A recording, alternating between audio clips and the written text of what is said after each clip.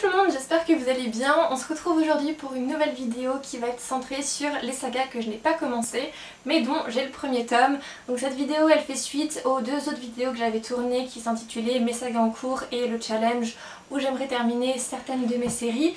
Donc je préfilme en plus de ça cette vidéo, donc je sais pas réellement quand vous allez la voir, mais j'espère que entre le moment où je tourne et le moment où je la publierai, il y aura certaines de ces sagas que j'aurai commencé, d'autres que j'aurai terminées et d'autres dans lesquelles j'aurai avancé. J'espère, je croise des doigts parce que vous n'êtes pas sans savoir que j'ai beaucoup de sagas commencées.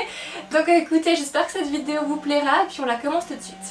Le premier livre que je chope, c'est donc le premier tome de Black Wings de Christina Henry que j'ai acheté en fait un peu avant le confinement. Bah non, c'était je crois le jour même du confinement je crois, parce que je me suis dit quitte à être confinée, ça va être la période où je vais lire le plus, patati patata, et au final j'ai pas plus lu confinée ou pas confinée finalement. Mais en lisant le résumé je me suis rendu compte qu'il y avait pas mal de similitudes avec la saga Shirley Davidson qui est une saga Beat Lit que j'aime d'amour, donc je me suis dit que ce serait sympa de découvrir cette série là. En plus il y a des gargouilles donc je me suis dit ça pourrait être sympa.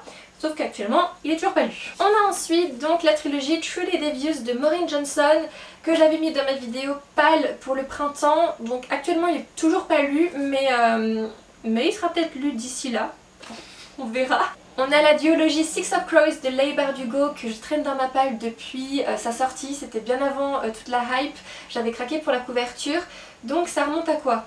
3-4 ans qu'il est dans ma bibliothèque et qu'il est toujours pas lu, mais en fait c'est parce que avant de lire Six of Crows, j'ai l'intention de lire la trilogie Grisha, dont j'ai le premier tome, qui n'est toujours pas lu, mais j'en viendrai à celui-ci quand il sera dans la pile. Mais ouais, donc Six of Crows, il va falloir que je me penche dessus, en espérant que j'arrive à commencer et finir ces deux sagas avant que la série télé soit diffusée sur Netflix. Je sais pas quand c'est prévu sur Netflix, mais bon, du coup, il va falloir que je passe la seconde. Et je suis désolée pour les bruits en fond, voilà, il y en a qui ont décidé de tondre. J'ai ensuite donc A Night Darkened de Kiersten White, donc c'est le premier tome d'une trilogie qui me faisait de l'œil depuis un bon petit moment. J'ai craqué pour ce premier tome l'année dernière et je ne l'ai toujours pas lu. Il va falloir là encore que je me bouge, surtout parce que cet auteur a écrit plein de romans, mais quand je vous dis plein de romans, en fait quasiment tous ses romans me font envie. J'en ai un autre dans ma palle que je n'ai toujours pas lu, donc je me dis qu'il va falloir que je découvre sa plume, et clairement si j'aime ses romans, oh là là, mon porte-monnaie va prendre cher parce que j'aurai du coup envie d'acheter tous ces livres. Donc bon, en attendant, je vais essayer de tenter de découvrir soit A Night Darkened, soit le prochain roman que je vous présenterai tout de suite après de cet auteur pour voir si j'aime ou pas sa plume. L'autre roman que j'ai d'elle, c'est Slayer, parce que c'est une réécriture un peu de Buffy contre les vampires, à savoir que Buffy c'est genre l'une de mes séries favorites. Et en fait Slayer se déroule après donc le dernier épisode de la dernière saison de Buffy. La fin de Buffy m'a toujours énormément frustrée, donc en fait je me dis que ce serait sympa de découvrir la suite que propose cet auteur à cette série. On a ensuite le premier tome des Faucons de Ravera, donc de Melissa Caruso, qui est une trilogie pareil qui me faisait de l'œil, que j'ai acquis il n'y a pas très longtemps, et je pense que ce tome-ci devrait pas faire long feu dans ma pile à lire, surtout que tous les tomes sont disponibles en français, donc au moins j'aurai pas à attendre. Si je veux les enchaîner, ce sera possible. On a ensuite The Storm Crow de Kalin Josephson que j'ai acheté au mois de septembre quand j'étais sur Paris. Et alors je pensais en fait que c'était un premier tome, mais il me semble qu'il y a un tome 2 qui est sorti ou qui va sortir. Donc voilà, il va falloir que je prenne mon courage à deux mains et que je lise ce petit roman. Ensuite American Royals de Katharine McGee qui devrait être lu techniquement au mois de... en fait pour l'été, parce que je me dis que ça a l'air d'être un bon feel good book autour de la royauté, des familles royales aux États-Unis et peut-être aussi d'autres familles royales de différents pays. Donc voilà, pourquoi pas, et je sais que le tome 2 sort au mois de juin. Donc si ça me plaît ce premier tome, je n'aurai pas à attendre longtemps pour la suite. Un roman qui traîne dans ma palle depuis je crois aussi longtemps que Six of Crows, c'est Passenger de Alexandra Bracken. Je l'avais acheté parce que déjà la couverture me plaisait énormément et parce qu'on y abordait le sujet des voyages dans le temps. Et je me suis dit waouh, ça a l'air trop cool. Et puis en fait j'avais vu des avis assez mitigés sur ce premier tome, du coup ça m'avait refroidi et maintenant il prend un peu la poussette sur ma bibliothèque. Mais je vais essayer de le lire cet été, ça peut être sympa. C'est une duologie donc et le tome 2 est déjà sorti. On a ensuite donc The Becoming of Noah Shaw de Michelle Hodkin qui est le spin-off de la trilogie qui est Mara d'ailleurs, que j'avais adoré et qui n'est malheureusement pas disponible en français. En tout cas le premier tome avait été traduit, mais Panini Books, qui était la maison d'édition qui éditait cette trilogie, a fermé me semble-t-il. Donc voilà, j'ai trop hâte de découvrir ce spin-off qui est sur Noah, qui est un personnage que j'aime beaucoup. Je l'ai acheté en plus, ça doit bien faire au moins 2 ans. Et il est toujours pas lu, mais en même temps l'auteur prend tellement de temps pour écrire la suite. Il me semble qu'actuellement de cette trilogie il n'y a que les 2 premiers tomes qui sont sortis. Donc je sais pas si le tome 3 est prévu pour cette année ou pour l'année prochaine. Mais voilà, j'ai eu le temps avant le tome 3. Mais oui, je pense peut-être essayer de le lire celui-ci pour la période d'Halloween. Ça pourrait être sympa. Ou même avant, on verra. Mais il va falloir que je m'y remette à cette saga de paranormal puisqu'elle était vraiment super cool. On a ensuite Sea Witch de Sarah Henning. Alors je pensais que c'était un one shot, mais en fait non. Il y a un tome 2 qui est soit déjà sorti, soit qui va sortir. Ici on est sur une réécriture du personnage de Ursula dans La Petite Sirène et il me tentait trop. Enfin déjà la couverture me faisait pas mal de l'œil parce qu'elle est trop belle. Le problème c'est que je l'avais commencé un coup et j'avais pas forcément été plus que ça emballée par l'histoire. Donc je pense que j'avais pas dû être dans le mood en fait pour lire ce roman. Mais il va falloir que je le reprenne, surtout que je vois que de très bons avis passer, donc je me dis je vois pas pourquoi je vais pas accrocher moi aussi. La Cité du Ciel de Amy Ewing, donc là c'est une diptyque, enfin un diptyque plutôt. Ce tome-ci en plus je l'ai inclus dans ma vidéo prédilection sur mes prochains coups de cœur. En plus ça me fait marrer parce que j'ai tourné cette vidéo où je prédis mes prochains coups de cœur fin 2019 en vous disant que début 2020 je vous tournerai une vidéo où j'allais justement vous dire si oui ou non ils ont été des coups de cœur. Et sachez que sur les 5 livres que j'ai inclus dans cette vidéo, actuellement je n'en ai lu aucun. Voilà, donc va falloir que je passe la seconde, ça c'est sûr. Et j'ai hâte en plus de découvrir ce premier tome. J'ai pas vu trop d'avis passer plus que ça. Je sais pas s'il a plu ou pas, donc autant c'est pas plus mal de pas trop en savoir. Et j'espère, ma foi, que moi ça me plaira. Comme c'est un diptyque et que le tome 2 sort là au mois de juin, je me dis, voilà, ça peut être une saga rapidement terminée. Si j'arrive à lire le premier tome d'ici là. On a ensuite du coup le premier tome de la trilogie Grisha de Leigh Bardugo. Everless de Sarah Holland. Alors là je sais pas si c'est une duologie ou une trilogie, il me semble que c'est une duologie. En tout cas les 2 premiers tomes sont sortis en français. Si c'est une duologie, bon la série est terminée. Et si c'est une trilogie, le tome 3 devrait sortir sous peu j'imagine. Pareil, c'est une saga que j'ai depuis un petit moment dans ma palle et puis je l'ai toujours pas commencé. On va savoir pourquoi. On a ensuite Vicious de V. Schwab qui est là aussi une trilogie. Alors pour le moment aux éditions Lumen il y a les 2 premiers tomes qui sont sortis et je crois que l'auteur est en train d'écrire le tome 3 ou en tout cas a annoncé qu'il y aurait un tome 3.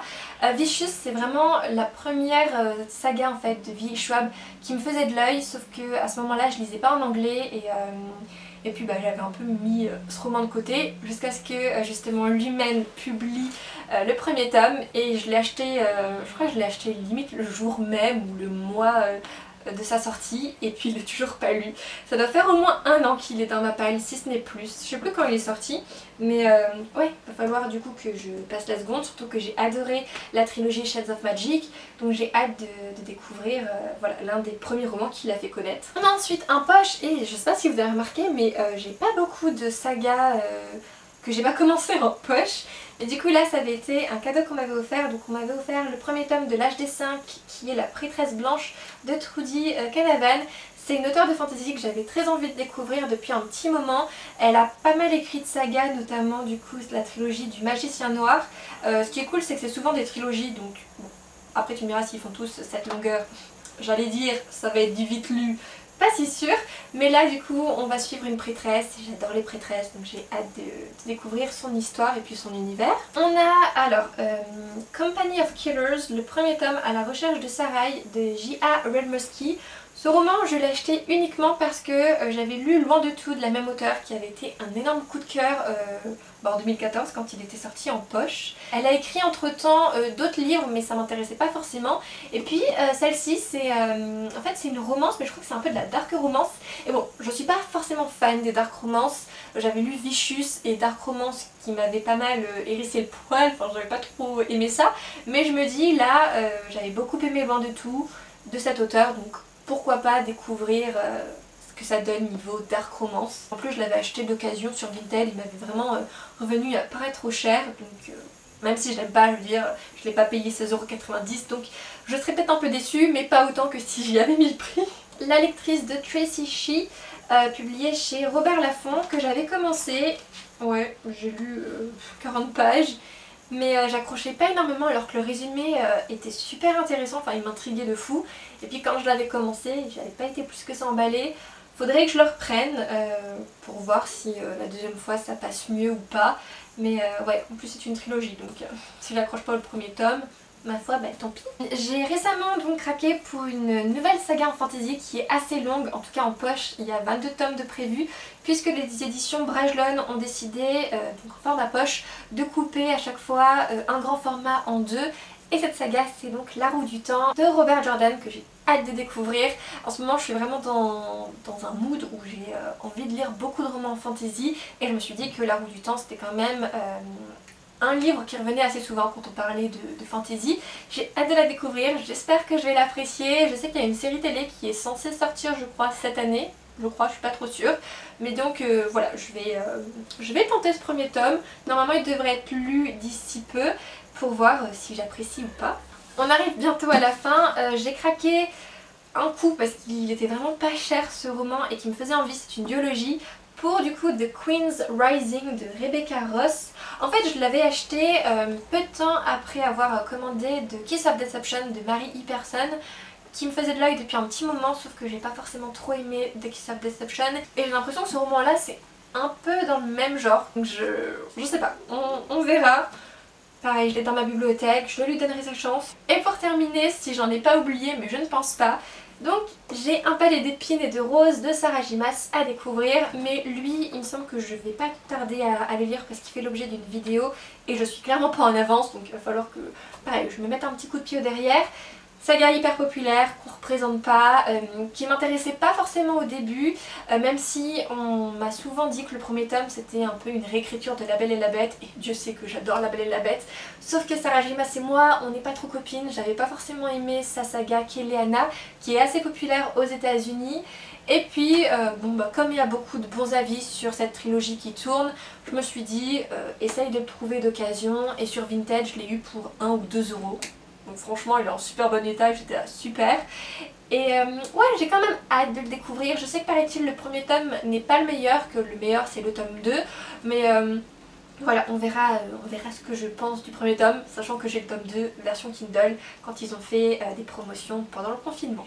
Et ben voilà, du coup concernant toutes mes sagas pas encore commencées que j'ai dans ma palle, il y en a pas mal, il n'y en a pas autant que mes sagas en cours, heureusement parce que sinon je crois que là je me serais flinguée. Mais n'hésitez pas à me dire dans les commentaires si on a des sagas non commencées en commun. N'hésitez pas non plus à me donner vos avis si vous avez déjà lu l'une des sagas que je vous ai présentées, si vous les avez adorées ou pas, qui sait, ils remonteront peut-être sur le haut de la pile. Et sur ce, bah écoutez, je vous souhaite à tous de très bonnes lectures et on se dit la semaine prochaine. Bye. You gotta step into the daylight and let it go.